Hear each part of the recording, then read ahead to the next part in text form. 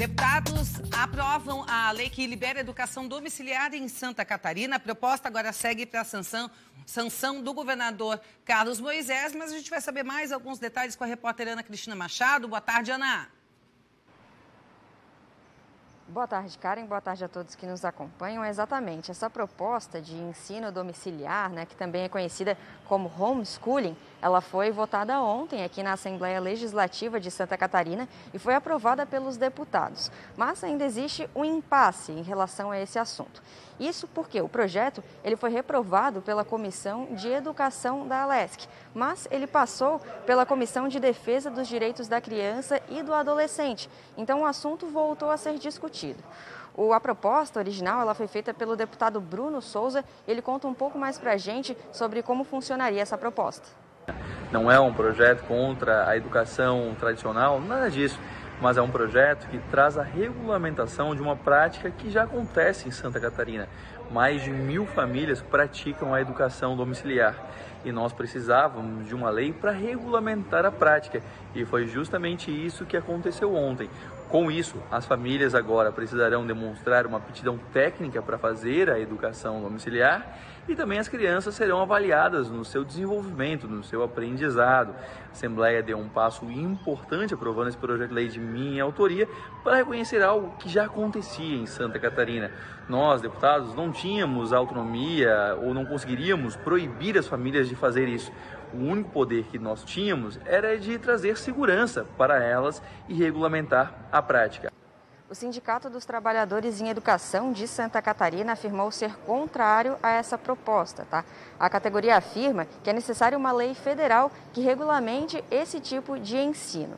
O documento ele ainda precisa seguir para o veto ou sanção do governador Carlos Moisés e ele tem 15 dias para publicar a sua decisão. Eu volto com você, Karen.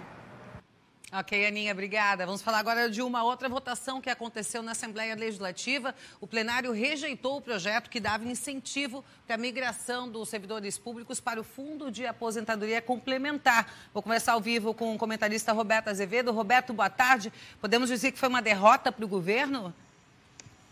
Boa tarde, Karen. Boa tarde a quem acompanha o Meio-Dia Catarina. Com certeza, uma derrota retumbante, porque isso faz parte de uma promessa que o governo do estado fez aos servidores durante a tramitação da reforma da Previdência, que ele aumentaria o número de servidores que podem participar desse fundo de aposentadoria complementar, ou seja, aqueles que entraram antes de 2015 no governo e que não tinham acesso a esse fundo. Aqueles que entraram depois de 2015 já têm acesso a esse fundo. Só que como ele atendia a uma categoria que ganha um pouco mais de salário, mais de R$6.000, que hoje é o teto da Previdência, do sistema próprio de Previdência e também do Sistema Geral de Previdência do INSS, ficou-se dizendo que era uma aposentadoria especial e que o governo ainda daria uma contrapartida, o que é verdade, de 8% em cima daquilo que as pessoas depositassem.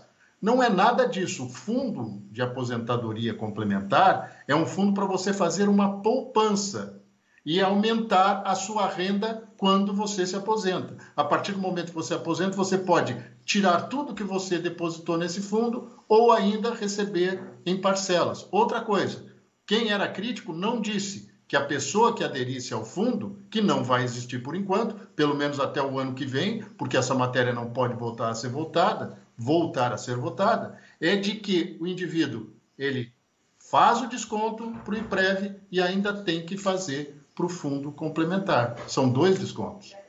Foi uma derrota com certeza, cara, mas vamos ver, né? Tempos são assim mesmo na política. Dito isso, um grande abraço e até a próxima. Até a próxima, Roberto. Obrigada pela tua participação. Agora a gente aproveita para ver o que mudou no calendário da vacina contra a Covid-19. As cidades de Florianópolis, São José, Palhoça e Criciúma imunizam nesta quinta-feira a população com 18 anos ou mais. Dose de reforço para pessoas acima dos 60 anos, profissionais de saúde e pessoas imunossuprimidas. A segunda dose segue sendo aplicada normalmente. Balneário Camboriú vacina com dose de reforço pessoas acima dos 60 anos, profissionais de saúde e pessoas imunossuprimidas. A vacinação também acontece para quem precisa de segunda dose. Em Blumenau e Lages é a vez dos adolescentes de 12 anos ou mais, segunda dose, dose de reforço para trabalhadores da saúde, pessoas imunocomprometidas e faixa etária acima dos 60 anos, sendo que em Blumenau a imunização é para quem agendou. E Chapecó contempla pessoas de 18 anos ou mais e dose 2. Olha, as cidades da Serra Catarinense registraram a 5ª geada consecutiva em plena primavera. A mínima hoje em São Joaquim foi de 0,3 graus e deixou os campos cobertos de gelo. Aliás, essa é a 10ª geada neste mês de outubro por lá.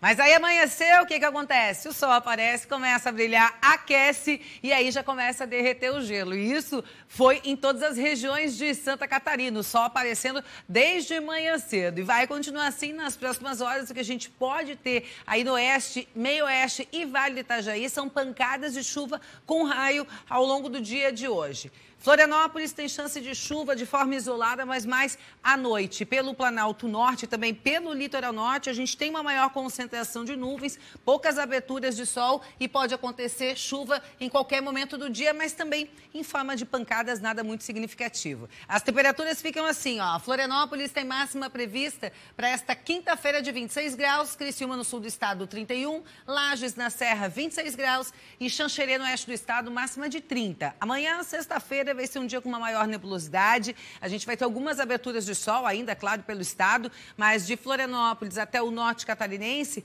a possibilidade de chuva é para qualquer hora do dia, mas não deve ser muito intensa. Do oeste ao litoral sul, chuva e trovoadas isoladas na tarde e noite. As temperaturas diminuem um pouquinho em relação a hoje. Ó, Florianópolis amanhã tem máxima prevista que não passa dos 21. No sul do estado, Criciúma com máxima de 25 graus. Lages na Serra Catarinense, máxima de 20. No oeste, Xanxerê tem máxima de 28 graus.